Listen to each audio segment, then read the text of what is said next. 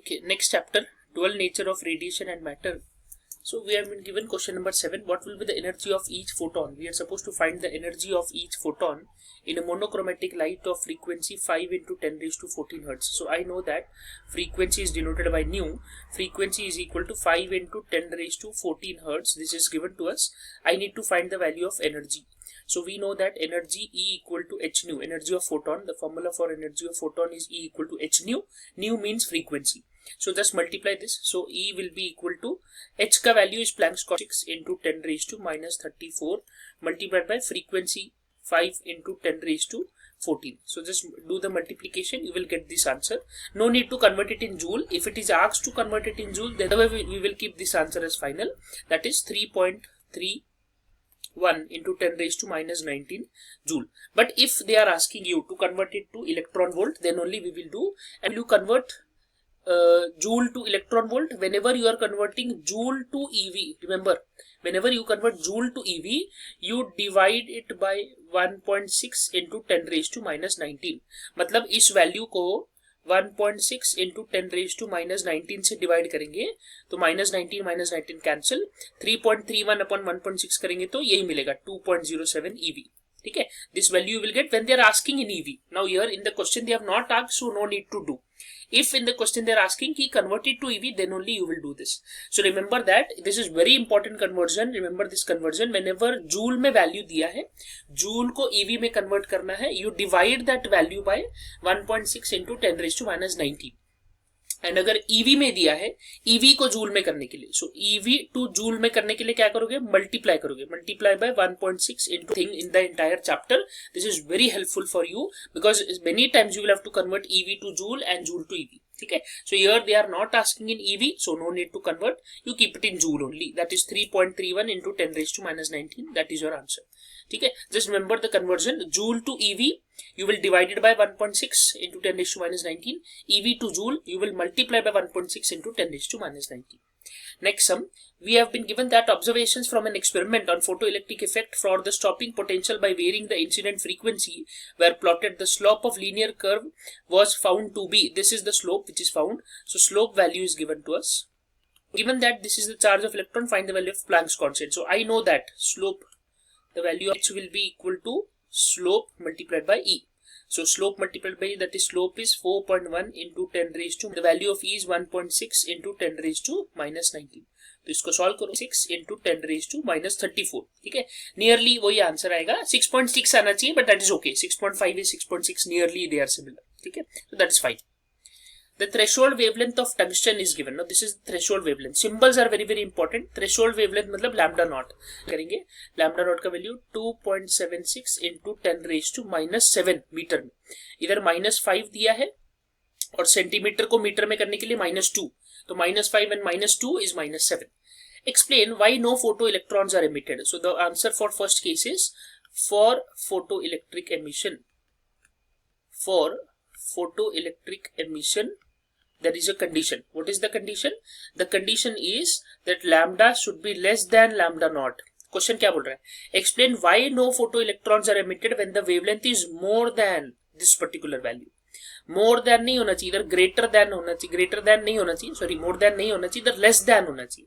Lambda should be less than होगा तो photo electrons emit होगा, ग्रेटर देन या मोर देन होगा तो photo electrons will not be emitted. So this is our condition कि lambda should be less than lambda naught, मतलब lambda naught बड़ा value है, इससे ज्यादा का वैल्यू अगर होगा ना, ये इससे ज्यादा अगर वैल्यू होगा तो फोटो इलेक्ट्रॉन एमिशन नहीं होगा. सो नहीं होगा. So this is the reason कि photo electric emission is possible for lambda less than lambda naught. B. What will be the maximum kinetic energy of electrons ejected in each case? B का first will given to you. Lambda is given as 1.85, 1.80 into 10 raised to minus 5 centimeter. So again you will convert this centimeter to meter. 1.80 into 10 raised to minus 7 meter. And okay दो अलग अलग cases है. तो B का जो first case है उसमें lambda दिया है, पता क्या करना है, पता करना है what is the maximum kinetic energy. So K E max होता है hc by lambda minus hc by lambda. तो दोनों में कॉमन क्या है, hc कॉमन है, अंदर क्या बचेगा 1 bye lambda minus 1 by lambda naught, अंदर ये वैल्यू बच जाएगा, ठीक है। सो इसको सॉल्व करो, तो सॉल्व करने पे you will get some answer. That answer whatever you get, that answer that will be in terms of joule, because हमने ये सब एसआई में लिया है, ठीक है। तो जो भी आंसर आएगा तुमको, वो आंसर जो आएगा वो आएगा जूल में, ठीक है। सो जूल में कितना आंसर आएगा मैं बता देता हूँ। So whenever you solve this you get the value in joule as 3.84 into 10⁻⁻19 joule, ये आंसर आएगा। यहाँ पे ईवी में दिया है, as a told you, EV में अगर क्वेश्चन ने बोला तो ही करना है, अदरवाइज ईवी में नहीं करना है, ठीक है। यहाँ पे क्वेश्चन में मेंशन नहीं है, so let us not convert, ठीक है, keep it two joule only. But अगर क्वेश्चन में बोलता है कि जूल को ईवी में करो, तो at the back I have told you how will you convert joule to EV, so you can follow that, ठीक है। यहाँ पे I have mention so that you can follow, ठीक है। So this is our answer for first case. तो ये answer तुम्हें joule में आएगा, यू सॉल्व करो, इसमें वैल्यूज डालो, HC 1 bye lambda minus 1 by lambda naught, ये सब वैल्यूज दिया है। हाँ, एक नोट याद रखो, HC का वैल्यू मैंने क्लास में भी बताया है, HC का वैल्यू इज 19.89 इंटू 10⁻⁻26, तो इजी हो जाएगा कैलकुलेशन करने के लिए, ठीक है। 19.89 इंटू 10⁻⁻26 का वैल्यू, बोर्ड्स के लिए यही वैल्यू लेना है, ठीक है। H का value is Planck's constant, C का value is speed of light, ठीक है। तो जिधर भी HC दिखेगा उधर यही वैल्यू ले लेना हर बार। चलो, बी का सेकंड पार्ट क्या बोलता है? बी का सेकंड पार्ट बोल रहा है जब फ्रीक्वेंसी दिया है, तो जब फ्रीक्वेंसी मतलब न्यू दिया है 4 इंटू 10 का पावर 15 हर्ट्स, अगर फ्रीक्वेंसी दिया है तो काइनेटिक एनर्जी मैक्सिमम कितना होगा ये पता करना है। तो पहले लैम्डा दिया था तो के मैक्स पता करना था, अब न्यू दिया है तो अब के मैक्स पता करना है। तो फॉर्मूला चेंज नहीं होगा, थोड़ा बहुत चेंज होगा, लैम्डा की जगह पे फ्रीक्वेंसी आ जाएगा, तो ये जगह लैम्डा नॉट, यही आएगा बस, ठीक है। खाली जो C बाय लैम्डा था उसकी जगह पे न्यू आ गया, बाकी पूरा सेम है, ठीक है। बाकी सब कुछ सेम है, इन दोनों में से H कॉमन, अंदर बचेगा new minus C by lambda naught, ठीक है। वैल्यू वही लेना है, लैम्डा नॉट ऊपर वाला वैल्यू लेना है, H का वैल्यू पता है, न्यू का वैल्यू दिया है, C का वैल्यू भी दिया है, सब वैल्यूज दिया है। तो इस ये भी आंसर जो हमें आएगा वो आएगा जूल में आएगा। सो इसका आंसर जूल में कितना आएगा? इसका आंसर आएगा 19.31 इंटू 10⁻⁻19 जूल, इसका आंसर, ठीक है। ये ईवी में है, तो forget this, so you should get this answer after calculation, you will get this as your answer. Photoelectric current is recorded in a microammeter in experimental setup. There is first potential, stopping potential given है, V1 का value दिया है 0.8 volt, ठीक है। And उसके time पे lambda दिया है, तो फर्स्ट लैम्डा 5 इंटू 10⁻⁻7, मैंने डायरेक्टली एंगस्ट्रॉम को मीटर में कन्वर्ट कर लिया 3 पॉइंट शिफ्ट करके, ठीक है। सेकेंड केस 1.2 दिया है, V2 का वैल्यू दिया है 1.2 volt, find the work function, मतलब फाई नॉट का वैल्यू पता करना है, मतलब लैम्डा 2 पता करना है, ठीक है। So again, so we will use, since V is given, so first case we will use the formula EV naught मतलब स्टॉपिंग पोटेंशियल, तो V नॉट लिखा या नहीं लिखा तो भी चलेगा। So EV equal to HC by lambda minus phi naught, ये हमारा फॉर्मूला है, ठीक है। सो यहाँ से हमें पहले तो लैम्डा दिया है ना, फर्स्ट वाले केस में लैम्डा दिया, तो यहाँ से पहले वर्क फंक्शन निकाल लेते हैं। फर्स्ट वाले केस में लैम्डा भी दिया है, फर्स्ट वाले केस में V भी पता है, इसको रीअरेंज करो पहले, बस EV, तो HC का वैल्यू लिखेंगे 19.89 इंटू 10⁻⁻26 डिवाइडेड बाय लैम्डा का वैल्यू 4.95 इंटू 10 का पावर -7 माइनस E का value 1.6 into 10⁻⁻19 multiplied by V के जगह पे लेंगे यहाँ पे V1, ठीक है, V1 यहाँ पे लैम्डा 1 फर्स्ट केस हम। तो इसको पूरा सॉल्व करो, इसको सॉल्व करने पे आंसर जो आएगा जूल में मैं बता देता हूँ, it will be 2.7, so phi naught will be 2.73 into 10, EV में नहीं बोला है तो डोंट डू इट, ठीक है, keep it in joule only. So this is 2.73 into 10⁻⁻19 joule for first case. Second case lambda पता करना है, लैम्डा 2 पता करना है, ठीक है, लैम्डा 2 पता करना है, तो लैम्डा 2 के लिए we have E minus phi naught. अब इसको रीअरेंज करो, तो रीअरेंज करेंगे तो क्या मिलेगा? HC बाय लैम्डा, लैम्डा 2 चाहिए तो lambda 2 V2 plus phi naught divided by, sorry उल्टा हो जाएगा, HC divide by EV naught plus phi naught हो जाएगा, ठीक है। ये लैम्डा 2 का वैल्यू हो जाएगा, lambda 2 will be equal to HC divided by EV2 plus phi naught. अभी सबका तो you will get this particular answer. So lambda 2 का आंसर आएगा करके फाई नॉट का यही वैल्यू लेना है, ठीक है, फाई नॉट यही वैल्यू यूज करना है फाई नॉट का। HC का वैल्यू मैंने पीछे बता दिया क्या लेना है, फाई नॉट ये लेना है, E का वैल्यू पता है, E का वैल्यू याद रखो, ये E का वैल्यू है 1.6 into 10⁻⁻19। Radiation of wavelength 4500 angstrom, so first wavelength is given, इसको लैम्डा 1 लिख देंगे, 4.1 into 10⁻⁻, incident on a work function 2 EV, so 2 EV में दिया है। अब यहाँ पे देखो EV में दिया है, EV को किस में करेंगे? जूल में करेंगे, 6 into 10⁻⁻19 joule due to the presence of most direction perpendicular to the field with radius का वैल्यू दिया, रेडियस का वैल्यू दिया 20 सेंटीमीटर, सो ये आ जाएगा 20 इंटू 10 का power -2 metre. What is the value of B? So related to magnetic field, so मुझे पता है काइनेटिक एनर्जी का फॉर्मूला, काइनेटिक एनर्जी का फॉर्मूला जो होता है that is equal to q square b square r square upon 2m. This is the value for kinetic energy का formula. Kinetic energy is q square b square r square upon, this is from the magnetic field chapter. ठीक है, magnetic field chapter में हमने ये किया हुआ है. Magnetic field chapter we have studied this particular formula. यहाँ से हम वैल्यू निकालेंगे काइनेटिक एनर्जी का. ठीक है, यहाँ से b का वैल्यू आ जाएगा, तो इसको रीअरेंज करो, तो b square will be equal to kinetic energy into 2m divided by q square r square. ठीक है, अभी m क्या लेंगे, यहाँ पे कौन सा चार्ज बोला है, charge radiation of wavelength is given to presence of magnetic field circular path of radius. ठीक है, electron, electron of course if work function दिया मतलब इलेक्ट्रॉन निकल रहा है, इलेक्ट्रॉन निकल रहा है तो मास का वैल्यू ले लो 9.1 into 10 raise to minus 31 kg and charge का वैल्यू ले लो 1.6 इंटू 10 रेज टू माइनस 19 है यहाँ पे कूलम.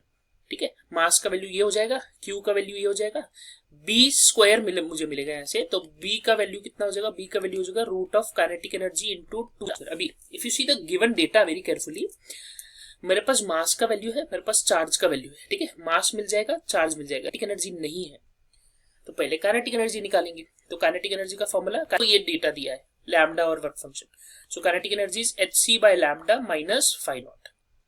तो यहाँ से काइनेटिक एनर्जी निकालो.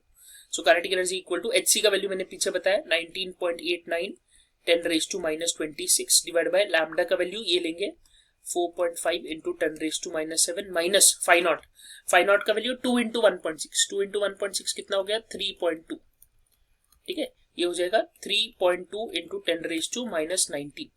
अब इसको पूरा सॉल्व करो, ये पूरा वैल्यू सॉल्व करो, दिस ये वैल्यू डाल दो इसमें, तब ये पूरा वैल्यू सॉल्व करो, इसका रूट निकालो, तो you will get this answer 1.47 into 10 raise to minus 3 tesla. Calculation you have to do, I will not help you in that, मेरा हेल्प है कॉन्सेप्ट बताना, that I am letting you know. Calculations you have to do on your own. This is the correct, will get this answer 1.4 into 10 raise to minus 5. Next, given the following data, the incident wavelength and the stopping potential are given. So for our consideration, I will assume this as V1, I will assume this as V2. ठीक है, incident wavelength 2 दिया है हमारे पास and 2 stopping potential है. Find the, क्या क्या find करना है, find the Planck's constant and the work function of the cathode. मतलब h का वैल्यू पता करना है, वर्क फंक्शन का वैल्यू पता करना है, what is the threshold frequency मतलब न्यू नॉट पता करना है, करस्पॉन्डिंग वेवलेंथ, करस्पॉन्डिंग मतलब थ्रेशोल्ड. ठीक है, तो लैम्डा नॉट भी पता करना है. Which of the following is most likely metal use for the emitter. ठीक है, लिटिल लेंथी सम, ऐसे सम बोर्ड में बहुत कम पूछेंगे, अगर पूछेंगे भी तो 1 या 2 ही पार्ट पूछेंगे, 4 पार्ट नहीं पूछेंगे, because it is too calculative to solve. ठीक है, so first as I told you that I have taken V1 and V2. ठीक है, तो मेरे पास फॉर्मूला है, मेरे पास एक फॉर्मूला है क्या, EV equal to hc by lambda minus phi naught, ये फॉर्मूला है मेरे पास. ठीक है, बराबर है. So I have this relation. From this, first I will first find the value of h का वैल्यू यहाँ से निकालेंगे. Although it is a Planck's constant, but we can find out. See, we don't have slope given. Slope का हमारे पास direct formula, slope equal to h by e. Slope नहीं दिया है तो we cannot use that. ठीक है. So in this case, what we will do? एक तो 2 स्टॉपिंग पोटेंशियल दिया है ना, 2 स्टॉपिंग पोटेंशियल दिया है, 2 लैम्डा भी दिया है, तो इसको लैम्डा 1 ले लो, इसको लैम्डा 2 ले लो. ठीक है, सो E hc by lambda 1 minus phi naught. Similarly, EV2 equal to hc by lambda 2 minus phi naught. ठीक है, तो क्या करो, फ्रॉम 1 यहाँ से phi naught का वैल्यू निकालो, तो phi naught का वैल्यू कितना हो जाएगा hc by lambda 1 minus EV1. ये phi naught का वैल्यू इसमें डाल दो यहाँ वाले पे, तो क्या मिलेगा EV2 equal to hc by lambda 2 minus phi naught के जगह पे क्या आएगा hc by lambda 1 minus EV1.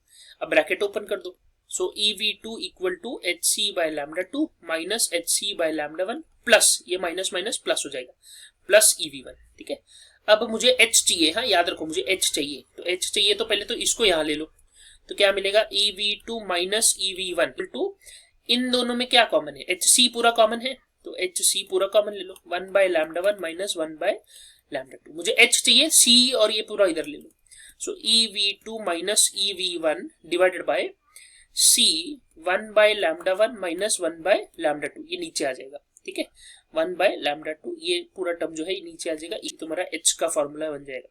I know it is lengthy, but there is no other option. you will have to solve it. There is no other option for that. So when you solve this, you will get the value 6.626 into 10 raised to minus, यही value मिलेगा, इधर answer लिखा है, ये this value 6.4 something you will get, 6.6 नहीं आएगा, 6.4 something 10 का power minus 34. Okay, after Planck's constant, they are asking the second data to find is what is the value of the work function. So we are supposed to find the value of work function. So as I told you, this is lambda 1, this is lambda 2, this is v1, this is v2. So I will use any one equation. I have EV1 equal to HC by lambda 1 minus phi naught. ये value है मेरे पास. So यहाँ से phi naught निकाल लेंगे. So phi naught will be equal to EV1 नहीं, phi naught will be equal to HC by lambda 1, ठीक है, minus EV1, ठीक है. So this will be equal to HC का value 19.89 into 10 raised to minus divided by lambda 1 2.5. See, this is in angstrom. So 2.536 into 10 raised to minus 7 minus 1.6 into 10 raised to minus 19 multiplied by V1 का value 1.95. So when you solve this, you get the answer as 2.80. EV में दिया है, EV में नहीं आएगा. You have to convert it to, you will get it in joule. So joule में तुमको answer आएगा 4.48 something. 4.48 into 10 का power minus 19, ये आंसर आएगा. So EV में बोला तो नहीं है करने के लिए, so don't do it in EV, forget this answer. So you can verify, this is your answer, 4.48 into 10 raised to minus 19, ठीक है. So students, you will have to solve and see, ठीक है, you will have to solve and see and practice thoroughly, ठीक है, so that you will get the correct answer. So after substituting the value, you will get the answer as this. Work function हो गया. What is the threshold frequency? Third case, ये second case था. Third case threshold frequency के लिए I have the formula phi naught equal to H nu not.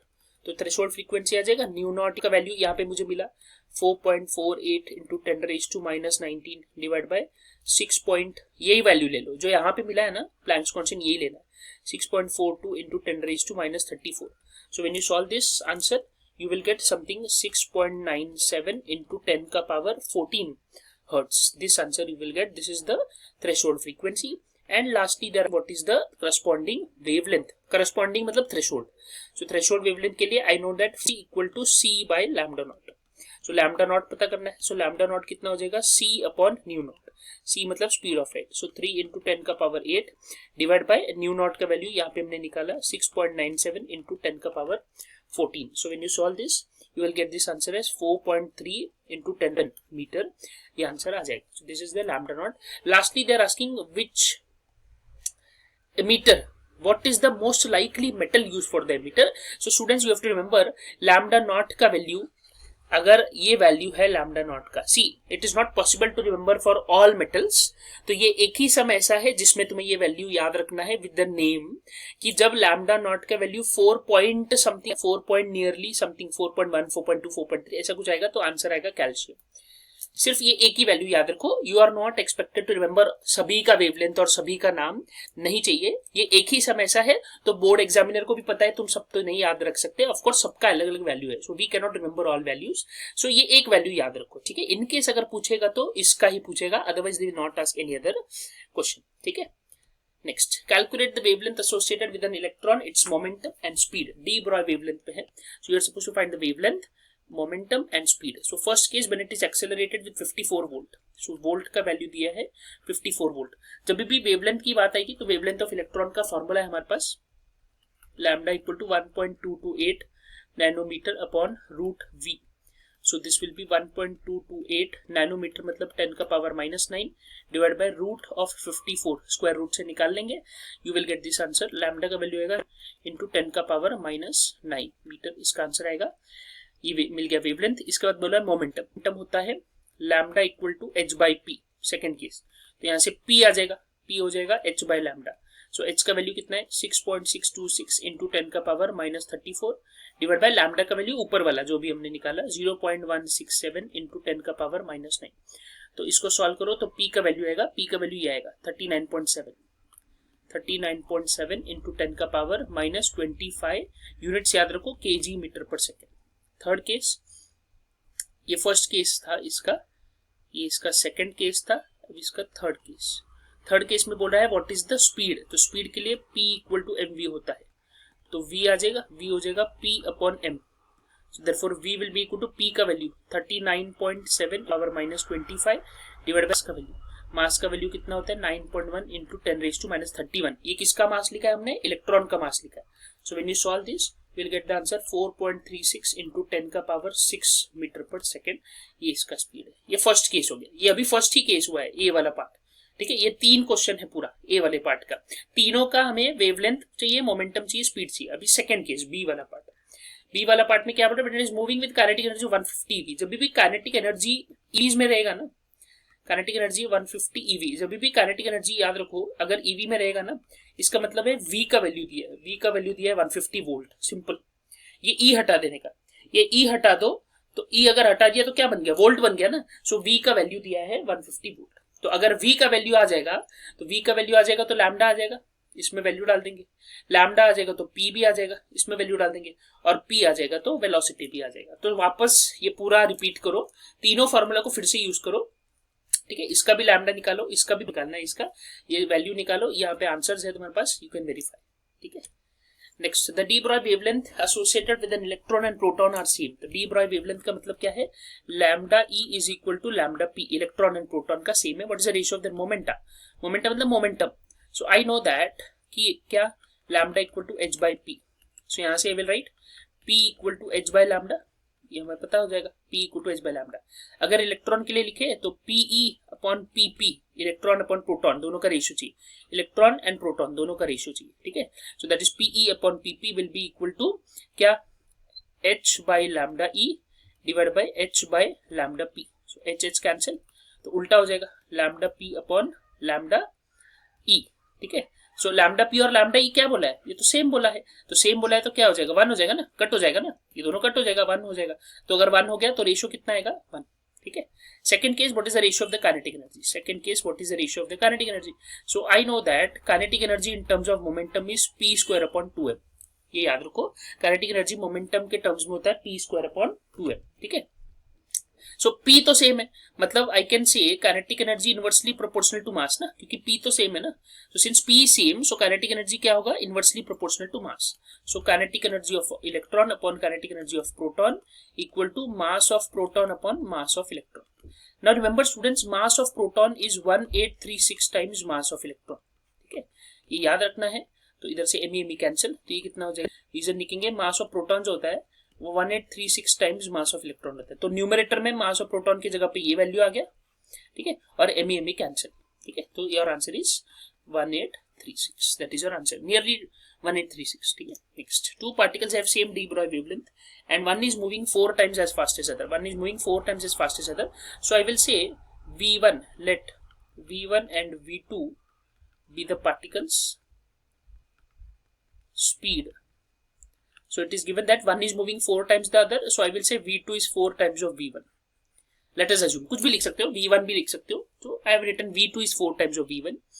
If the slower particle is alpha particle, अगर slower particle alpha particle है, इसका मतलब क्या होगा, V1 अल्फा होगा, V1 स्लो होगा ना, क्योंकि स्लो को 4 times मल्टीप्लाई करेंगे तो V2 मिलेगा ना। तो therefore, तो since slower, it is given that slower particle alpha particle, therefore V1 क्या होगा, अल्फा पार्टिकल। इसका मतलब क्या है, 1 is the alpha particle, 1 is alpha particle, मतलब फर्स्ट जो चार्ज है, 2 पार्टिकल बोलना है ना, 2 पार्टिकल बोलना है क्वेश्चन में, एक पार्टिकल 1 एक पार्टिकल 2, तो पार्टिकल 1 क्या हो गया, alpha particle, 1 is alpha particle, ये तो प्रूव हो गया इतने से। What are the possibilities of other, अगर 1 अल्फा है तो दूसरा क्या होगा, तो दूसरा लाने के लिए दोनों में क्या बोला, एक चीज बोले कि they have same de Broglie wavelength, मतलब lambda 1 is equal to lambda 2। अभी तो मुझे पता है कि 1 इज अल्फा, तो instead of 1 I will write alpha, तो lambda alpha is equal to lambda 2। तो लैम्डा क्या होता है, h अपॉन mv, इधर भी हो जाएगा h अपॉन mv, यहाँ पे आ जाएगा अल्फा, इधर भी आ जाएगा अल्फा, इधर आ जाएगा 2, इधर भी आ जाएगा 2, h कैंसिल, तो क्या मिलेगा, m alpha equal to m2 v2। मुझे v2 का वैल्यू पता है, v2 का वैल्यू कितना है, 4v1, सो यहाँ पे डाल दो m alpha v alpha equal to m2 into 4 times of v1, मतलब v1 की जगह पे I can write v alpha ना, 4 टाइम्स ऑफ vl, तो v अल्फा कैंसिल, तो क्या मिला मुझे यहाँ पे, m अल्फा, ये मुझे मिल गया। बट वी नो दैट, नहीं पता फिर भी लिखने का, ठीक है, वी नो दैट, ऐसा लिख देने का झूठ झूठ, we know that mass of alpha is 4 times of mass of proton, mass of alpha particle is 4 times mass of proton. तो सेकेंड पार्टिकल क्या होगा? Proton. So the second particle is proton. Proton और neutron दोनों आ सकता है क्योंकि दोनों का मास सेम है. प्रोटॉन एंड न्यूट्रॉन दोनों का मास सेम होता है तो दोनों नाम लिख सकते हो. ठीक है. What is the speed of proton having d Broglie wavelength 0.08? तो लैम्डा का वैल्यू दिया है 0.08 इंटू 10 का पावर -10 मीटर. स्पीड पता करना है. प्रोटॉन बोला है तो मास ऑफ प्रोटॉन 1.6 इंटू 10 का पावर -27 kg. प्रोटॉन बोला है तो प्रोटॉन का मास लिखो. तो lambda equal to h upon mv होता है. तो यहाँ से वेलोसिटी आ जाएगा. वेलोसिटी हो जाएगा h upon lambda into m. Value डाल दो इसमें. तो velocity will be equal to 6.626 into 10⁻⁻34 divide by lambda का वैल्यू कितना है 0.08 इंटू 10 का पावर -10 इंटू मास का वैल्यू कितना है 1.6 इंटू 10 का पावर -27. सब वैल्यू डाल दो. वैल्यू डाल के ये आंसर. ये थोड़ा सा एरर है इस आंसर में. Maybe I am not sure. ठीक है, एक बार चेक कर लेना ये आता है कि नहीं. If I am not sure ना 50 आता है. इसका अप्रॉक्स 50 आंसर आता है. ठीक है, आई एम नॉट श्योर. ठीक है, न्यू बुक में 50 रहेगा. तो मेरे पास ओल्ड बुक था तो ये ओल्ड बुक का कॉपी है. सो मे बी न्यू बुक में 50 रहेगा तो आई डू नॉट नो. एक बार जस्ट रिकन्फर्म दिस आंसर. ठीक है, जो भी आएगा इसके आसपास ही आएगा. 50 के आसपास आएगा. 50 इंटू 10 का पावर 3 अप्रोक्सीमेट. 50 इंटू 10 का power 3 metre per second. Same आता है तो well and good, very good. 17 ये 16 था, अब ये 17. तो 17 में है मेरे पास. 17 का वैल्यू है in nuclear reactor there is a speed given. Kinetic energy का वैल्यू दिया है. काइनेटिक एनर्जी दिया है 5 इंटू 10 का power -21 joule. Find there speed and wavelength. Velocity पता करना है, लैम्डा भी पता करना है. So I know that kinetic energy equal to half mv². ये तो बहुत ईजी है ना. न्यूट्रॉन का मास और प्रोटॉन का मास सेम होता है. That is 1.6 kg. -27 है यहाँ पे भी लिखा था. तो हाफ mv² चाहिए. यहाँ से हाफ mv² को निकाल लो तो क्या मिलेगा. Therefore v will be, kinetic energy का वैल्यू दिया है, मास का वैल्यू दिया है, सब वैल्यू डालो तो ये आंसर आ जाएगा 2.5. ठीक है, ये आ गया वेलोसिटी. सेकंड क्या बोला है, फाइंड द वेवलेंथ. वेवलेंथ पता करना है तो energy equal to hc by lambda. ये हमें पता है energy equal to hc by lambda. तो लैम्डा कितना हो जाएगा hc by. Next, find the ratio of d Broglie wavelength of an electron and a proton when both the particles when the wavelength of proton and when both are moving with the same speed. The first given is condition is given that first में given दिया है they have same speed. Same speed का मतलब क्या है, velocity of electron equal to velocity of proton. दोनों का velocity same है. अगर दोनों का वेलोसिटी सेम है so in that case what we will do, find the ratio of d Broglie wavelength. Lambda का वैल्यू पता करना. so I know that first कि lambda equal to h upon mv. So therefore lambda e upon lambda p equal to h upon me into ve. और ये उल्टा हो जाएगा ना प्रोटॉन के लिए.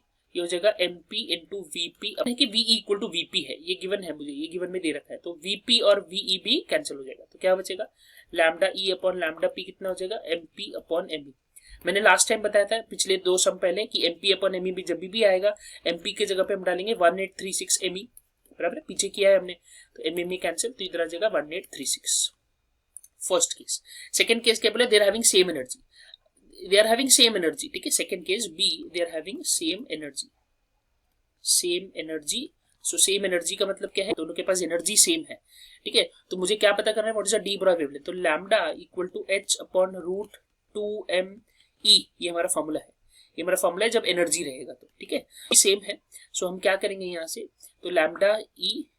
ठीक है, तो लैम्डा ई अपॉन लैम्डा पी का रेशियो ले लेंगे.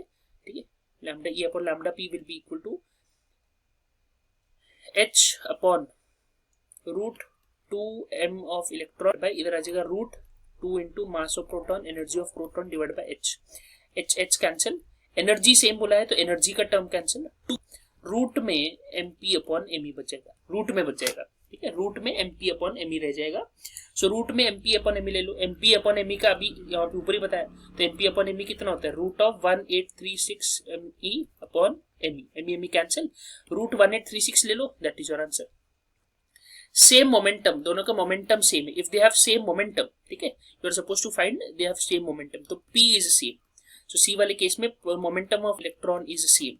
तो lambda E upon lambda p equal to h by p होता है ना, h बाई पी होता है तो PE और इधर आ जाएगा PP upon h. h cancel. अगर मोमेंटम सेम है तो आंसर क्या आ जाएगा 1. आंसर कितना आ जाएगा 1. So that is your answer. ठीक है. State in which of the two cases will have longer wavelength in each case. Longer wavelength किसका होगा ये भी पता करना है. Which one will have a longer wavelength. So longer wavelength किसका होगा इन बी वाले केस में. लॉन्गर वेवलेंथ किसका होगा, वेवलेंथ ज्यादा किसका होगा, जिसका मास कम होगा. ठीक है. सो इलेक्ट्रॉन का मास